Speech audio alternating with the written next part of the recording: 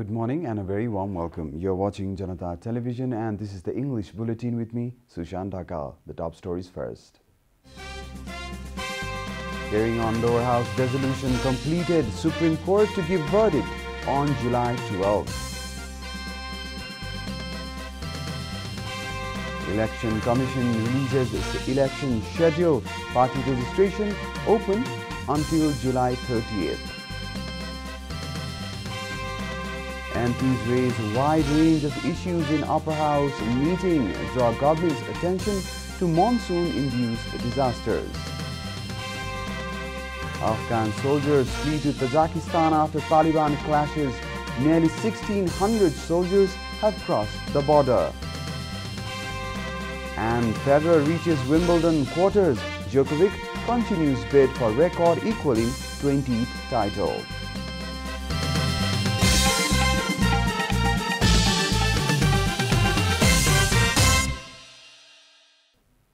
And now the news in detail.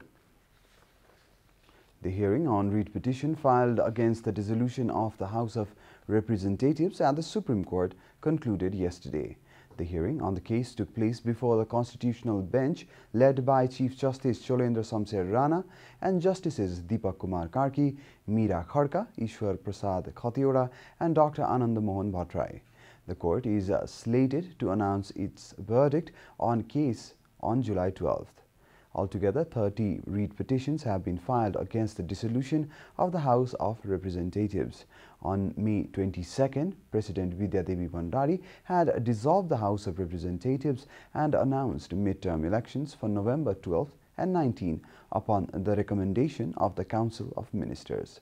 The writ petitions have sought declaring the President's decision as unconstitutional and illegal and thereby reinstatement of the House of Representatives. With the completion of the pleading from both sides and the amicus curiae, the hearing on the case is over. The Election Commission has approved the schedule for House of Representatives member election 2078 today.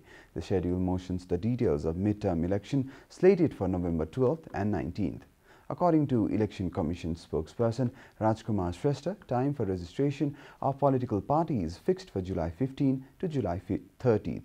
The election program for first phase election will begin from October 7th to October 11th. Similarly, the election program for the second phase will begin on October 16 to October 22nd. Similarly, final voters list will be published on September 8th. Likewise, program related to proportional election system will start on August 18th and end on October 19th. Upper House members present during yesterday's meeting of the National Assembly voiced their concern on a wide range of issues from managing monsoon-induced disasters, scarcity of vaccines against COVID-19, claiming back encroached Nepal lands to countering political anomalies, among others. A report.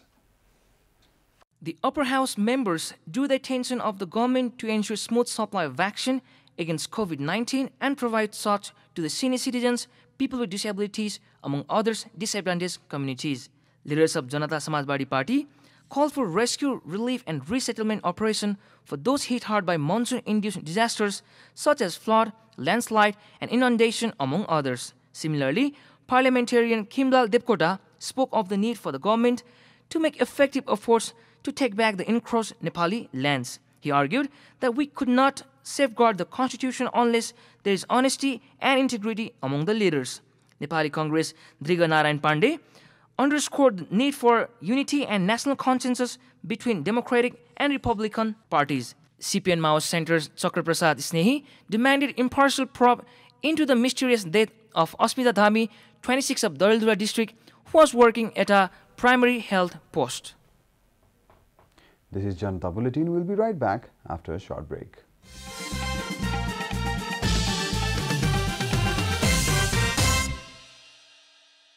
Welcome back after the break. We continue with other national news. A total of 2,622 new cases of COVID-19 were reported in the country yesterday, according to the Ministry of Health and Population. With the latest update, the COVID-19 caseload in the country has climbed to 646,367. According to the ministry spokesperson, Dr. Krishna Powdar, 1,745 new cases were confirmed from the PCR tests and 877 from antigen tests. The ministry stated that the Kathmandu Valley witnessed 562 new cases, including 378 in Kathmandu, 124 in Lalitpur and 60 in Bhaktapur. Similarly, altogether 2,211 COVID-19 patients recovered yesterday, taking the total recovery number to 611,429 till date.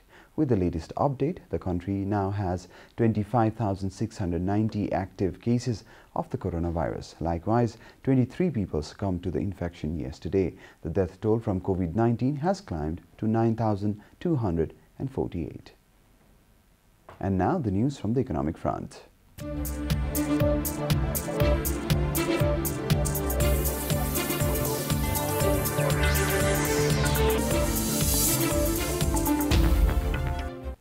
Prime Minister KP Sharma Oli yesterday inaugurated the Upper Tamakosi hydropower project.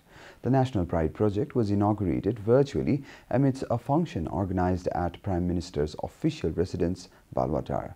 First unit of the total 456 megawatt capacity project has come into operation from yesterday.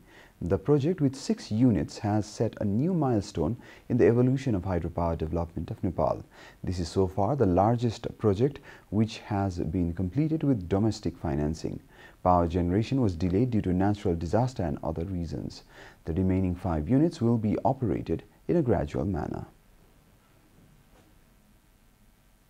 Time for a short break here at Janata Bulletin. Stay tuned for international news.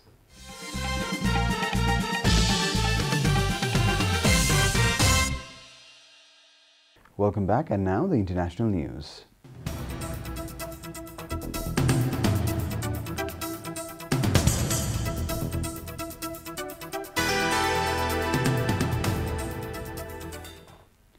More than 1,000 Afghan soldiers have fled to neighboring Tajikistan after clashing with Taliban militants, BBC reported, citing local officials. The troops retreated over the border to save their own lives, according to a statement by Tajikistan border guard. Violence has risen in Afghanistan and the Taliban have been making significant gains, particularly in the north of the country in recent weeks. Under a deal with the Taliban, the US and its NATO allies agreed to withdraw all troops to return for a commitment by the militants not to allow any extremist group to operate in the areas they control. But the Taliban did not agree to stop fighting Afghan forces and now reportedly control about a third of the country. The retreat is the third time Afghan soldiers have fled to Tajikistan over the past 3 days and the 5th case over the past fortnight. In total, nearly 1,600 soldiers have crossed the border. You're watching Janata Bulletin, and now the latest from the world of sports.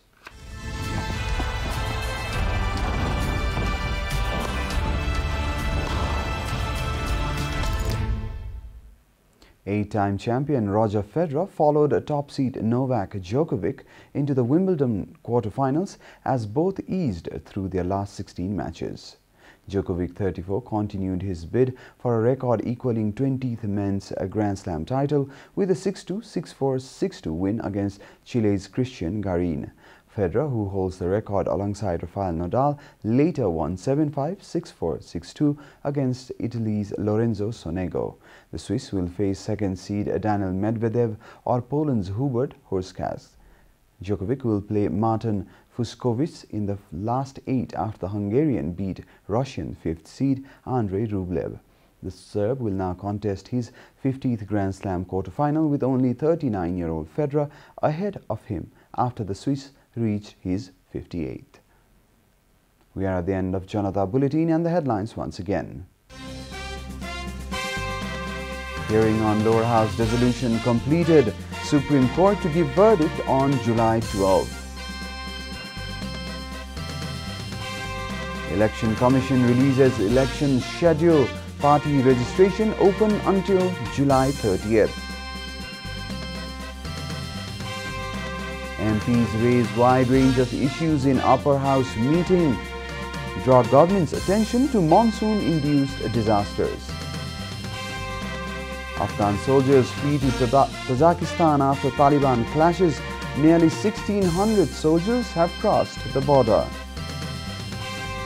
And Federer reaches Wimbledon quarters. Djokovic continues bid for record equaling 20th title.